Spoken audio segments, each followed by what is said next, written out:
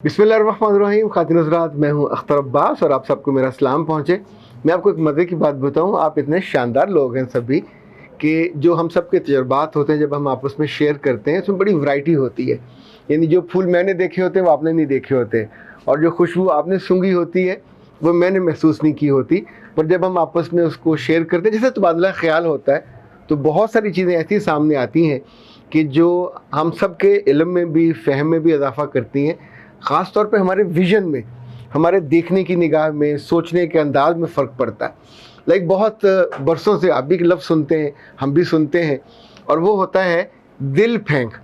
कभी कभी ये दिल फेंक आपका भाई होता है, पर कभी कभी जब ये दिल फेंक आपका मियाँ हो तो उस वक्त दिल फेंक होने के जो असरात हैं वो कहाँ कहाँ तक जाते हैं और होते हैं।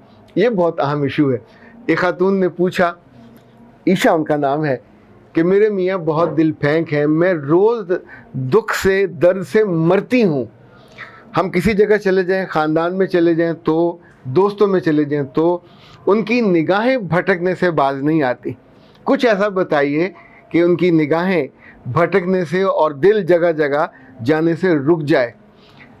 मेरे बच्चे, अमलन तो शायद ऐसा ना हो सके, क्योंकि कोई ऐसी दीवार, कोई ऐसा पर्दा अभी तक बना ही नहीं है जो ऐसे मर्दों की आंखों पे और उनके दिल के आगे लटकाया जा सके। जो कि हम पर्दा करने के लिए पर्दा कर देते हैं ना जी, तो वक्ती तौर पे रुक जाता है। पर अगर हम इसका सोल्यूशन की तरफ जाएं तो अभी वाले जो दिल फेंके हम उनका कुछ नहीं कर सकेंगे, पर जो आने वाले दिल फेंके क्या हम उनको रोक सकते? क्या हम सोसाइटी में उन बहुत सारी बनने वाली बीवियों के दुख को और दर्द को महसूस कर सकेंगे? क्या हम उसको रोकने में, कम करने में कुछ रोल अदा कर सकते हैं? अगर आप बहन हैं तो आपको बहुत जल्द पता चल जाता है कि आपका भाई कैसा है, और अगर आप माँ हैं तो अब तो 8-9 साल की उम्र में बच्चे के रुझान का, बच्चे के मामूल का पता चल जाता है। वो देखता क्या है, वो किन लड़कियों को पसंद करता है, वो किन हीरोइंस को, किन गुलकारों को सुनता है। इनफैक्ट यही उसका जो टेम्परामेंट है क्लास में जाता है, यही अपनी टीचर के साथ होता है, और यही बाद में सोसाइटी में होता है। ऐसे लोग अफसर बनने के बाद भी अपनी इज्जत को बचा नहीं पाते। लोग उनके सामने तारीफ़ करते हैं पर पीछे टोकरे भर भर कर बदतरीफ़ी और गालियाँ देते हैं। उनको दिल फेंक कहते हैं, उनके बारे ऐसे ऐसे लफ्ज़ रखे जाते हैं, कहे जाते हैं कि अगर वो खुद सुने तो उनको शर्म आ जाए। अच्छा, प्रैक्टिकली यूनिवर्सिटी के ज़माने में हमने, बिल्कुल हमारे साथ का डिपार्टमेंट था, वहाँ के एक टीचर के बारे में ये मशहूर था, इट वॉज़ नोन कि वो बहुत दिल फेंक है। और चूँकि उनका डिपार्टमेंट बहुत मॉड स्कॉट था, हमारे करीब ही था, तो शोहरत जो है, बुरी शोहरत और अच्छी शोहरत, ये खुशबू और बदबू की तरह होते हैं, ऐसे ठकाठक वहाँ तक पहुँच जाती हैं जहाँ तक नहीं पहुँचना चाहिए। तो उनके बारे में ये नोन था कि जो ही नई क्लास आती है तो उनके अंदर, उनकी ड्रेसिंग बहुत अच्छी थी, वो बाल बड़े अच्छे बनाते थे, हंसोड़ थे, हंसने वाले, मुस्कुराने वाले, जॉली। तो लड़कियों के बीच में बैठ जाते थे, इवन यूनिवर्सिटी के लॉन में, और ये ओल्ड कैंपस की मैं बात कर रहा हूँ। और वहाँ सब लड़कियाँ हंसती थीं। अच्छा, कोई चाय ला रही है, कोई समोसे ला रही है। कभी कभी तो ऐसा भी होता था वो खुद चाय लेके उन सबको जैसे वर्ताते हैं दोस्तों की तरह। He was not a friend, but in fact वो एक एक, अच्छा, उस ग्रुप में कोई भी कम शक्ल या बद शक्ल लड़की नहीं होती थी। लड़कियां बाकायदा फरमाइश करती थी कि हमने इनके साथ ट्रिप पे जाना है। आप सोचिए, उस वक्त वो लेट 40s में थे और उनकी जो अहलियाँ थीं वो अर्ली 40s में होंगी। लेकिन जो मैंने सोल्यूशन देखा मैं आपसे शेयर करने लगा, क्योंकि ये ऐसी कमाल चीज़ है। उस खातून ने, उसका दिल पत्थर का तो नहीं हुआ और उसका दिल पत्थर का था भी नहीं, लेकिन what she opted and what she did, वो ये था कि उसने उन लड़कियों का पहनावा देखा, उन लड़कियों की बोलचाल देखी। तो जब जब वो यूनिवर्सिटी आती, जब जब कोई प्रोग्राम होता, जब इवन वो ट्रिप में साथ जाती, तो अगर सबसे उम्दा तराश खराश की को फ्राक किसी ने पहनी होती तो वो उस खातून ने पहनी होती। जीन्स की वो पैंट पहनती थी, जो बिल्कुल लेटेस्ट ट्रेंडी शूज़ पहनती थी। वो उन लड़कियों के बीच में आके बैठती, कभी वो खुद उनको सर्व कर रही होती, वैसे ही कह के लगाती। ट्रिप के दौरान ज़ाहिर अपने मियाँ के साथ बैठती। उनका मियाँ बार बार उसको उबाल उठता, कभी किसी को शेर्स मारता, कभी किसी को लतीफ़ा सुनाता। इनफैक्ट आपका दिल और आंखें कभी ऐसा होता है कि जैसे गुनाह बेलज़्ज़त होता है, पर आपको इल्म नहीं होता, आप उस गुनाह की इब्तदाई शक्ल में इंडल्ज होते हैं और अपने आप को ख्वार कर लेते हैं। हमने बचपन में ख़ानदान में शादी ब्याहों पे ऐसे भी देखा कि मेहमान आए, अच्छा कुछ मेहमान ज़रा ख़ास होते हैं तो उनके आगे मलाई, दही, दूध सभी चीज़ें रखी जाती हैं, और दूर किसी चारपाई पे कोई बंदा ऐसे बैठा उसको देख रहा हो तो उसके लिए पंजाबी में एक लफ्ज़ कहा जाता है नदीदा, जिसकी दीद नहीं भरती। तो ये जो दिल फेंक होते हैं ये बुनियादी तौर पर नदीदे होते हैं, और इन नदीदों की दीद नहीं भरती। उनकी आँख का, मैं ये नहीं कह रहा कि उनकी आँख का पानी मर गया होता है, मैं ये भी नहीं कह रहा कि ये सारे बहुत गुनाहगार और इन्होंने बहुत एलानिया गुनाह किए होते हैं, पर वो जो नदीदापन है अपने घर में अपने सामने दस्तरखां होने के बावजूद, अपनी एक्सेस में बेगम होने के बावजूद, वो दूसरी लड़कियों को देखने, ताड़ने, उनसे इंटरेक्ट करने, उनसे जॉली होने से अवॉइड करने की बजाय वो ज़्यादा उसमें इन्वॉल्व होते हैं और उन्हें लगता है कि वो राजा इंद्र बन गए।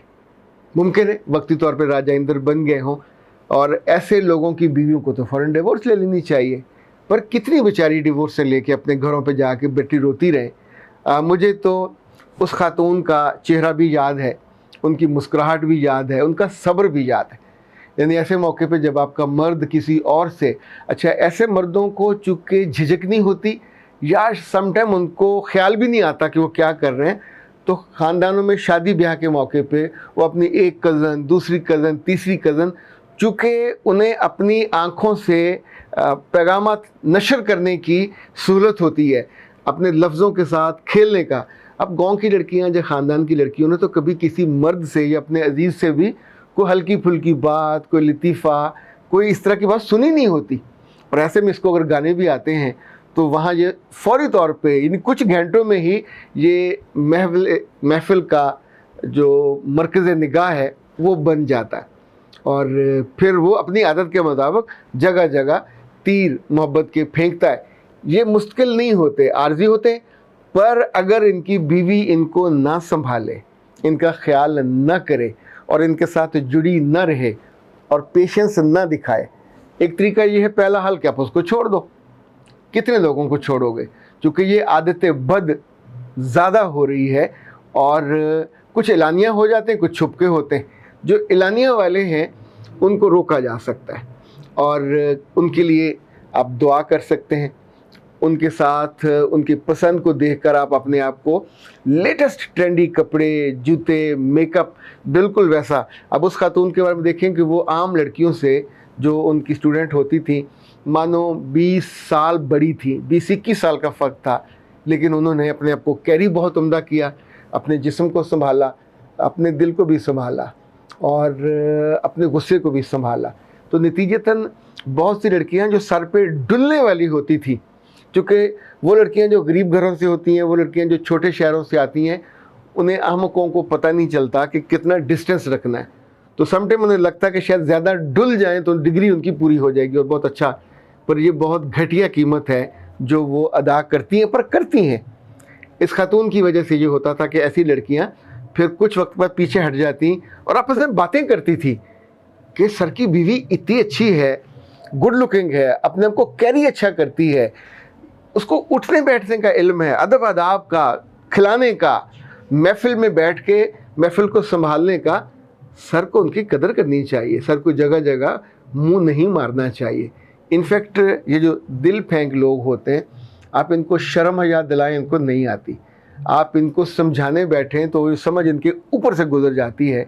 तो ऐसे में जो बाकी बुरा हल तो हम उसको ऑप्ट नहीं कर रहे, लेकिन अच्छा हल अगर माँ को पता अपने बेटे के बारे में, बहन को पता अपने भाई के बारे में और बीवी को पता अपने मियाँ के बारे में, तो फिर आपको उसके साथ थोड़ा दुआ का ताल्लुक़ बढ़ाना होगा, इज़्ज़त नफ्स का ताल्लुक़ बढ़ाना होगा। कभी कभी उसको बताना होगा कि बेटा तुम फ़लान जगह ओवर हो जाते हो, बाद में तुम्हारे बारे में औरतें ये बातें करती हैं। मर्दों का ना बताइएगा, औरतें ये बात, चूँकि वो औरतों का हीरो बनता है तो औरतों के अंदर डिसग्रेस होना, डिग्रेड होना اس کو برا لگے گا، پر یہ ہڈن میسیجز ریگولر اس کو ملتے رہنے چاہیے۔